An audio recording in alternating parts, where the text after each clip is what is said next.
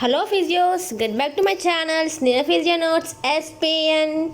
Today we'll learn on topic on biomechanics, which is very important of cervical vertebra. Moving on to my slides. In this we will learn about anatomy, articulations, its ligaments, functions, kinematics, kinetics and its clinical significance. Anatomy, in which we will learn we have body. The body has pedicle, lamina, zygofacial articular facets, transverse foramen, vertebral foramen and spinous process. In this picture you can see the body, pedicel, superior articular facets, a triangle shaped vertebral foramen, and you can see this from C3 to C7. You can see the spina bifid spinous process, and you can see the lamina, and you can see here pedicel too. So these are the parts of vertebra of cervical, which it consists of atypical vertebra. Atlas and axis, it is your C1, C2 and C7 the last. Its articulations, it has atlantoaxial complex and atlanto-occipital, which is your back of the head complex, and you have zygofacial articulations. Ligaments, it has posterior atlantoaxial, it is your ligamentum flavum, anterior atlantoaxial ALL, tectorial membrane PLL, your posterior ligament, and ligamentum nuchae, it is your supraspinous ligament. When talking about its kinematics tells about the concerns about the motion of any function of the human body, only the motion.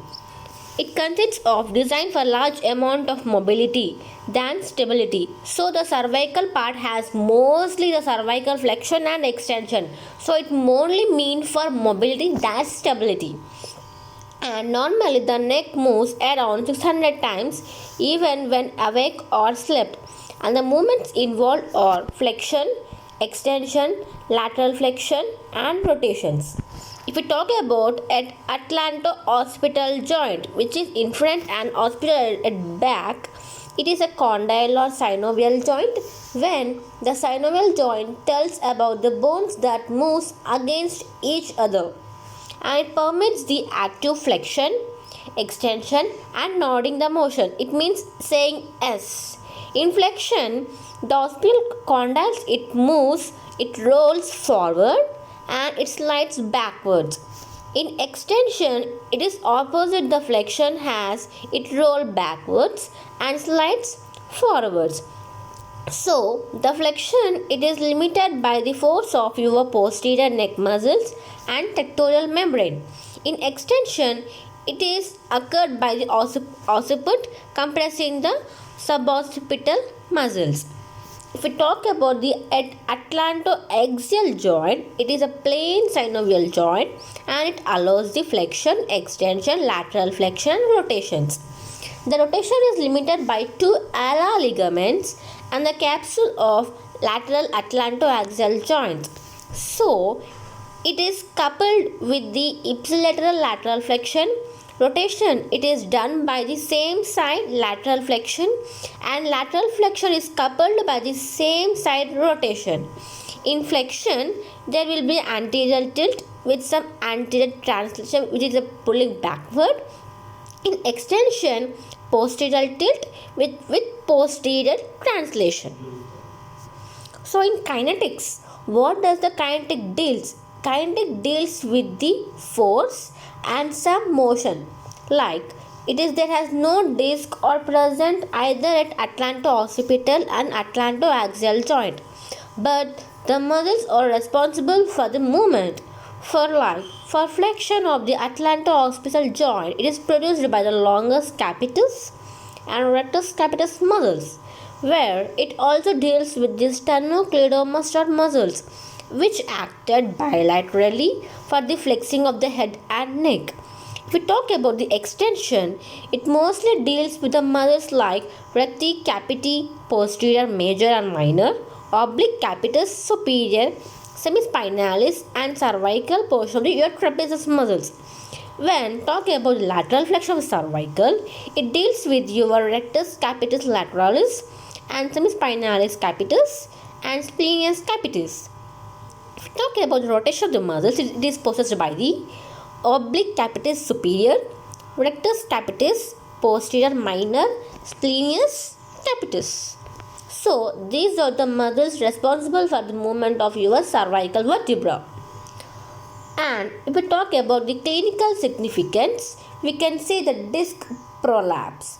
Disc prolapse, it can be occur at the cervical. It is caused by any local strain or injury, and it may cause compression to the nerve roots. It leads to disc prolapse. And cervical spondylosis, as it is age related and wear and tear affecting the spinal disc in your neck.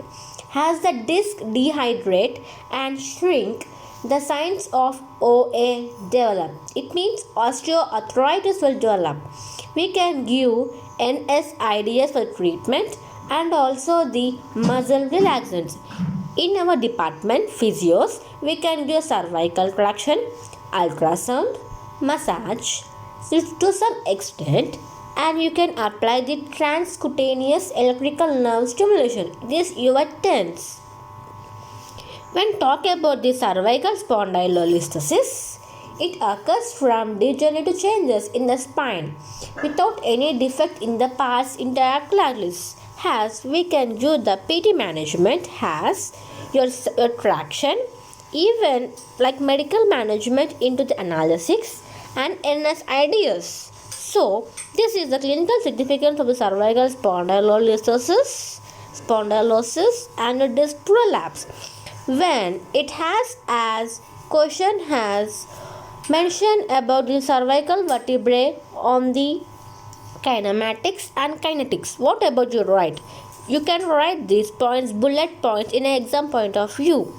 Kinetics, kinematics. Before going to that, enter into some anatomy and draw a diagram which pulls a beautiful in your answer sheet. Mention the muscles too, as it keeps some anatomical part and its clinical significance. Thanks for watching Sneha Physical Notes SPN.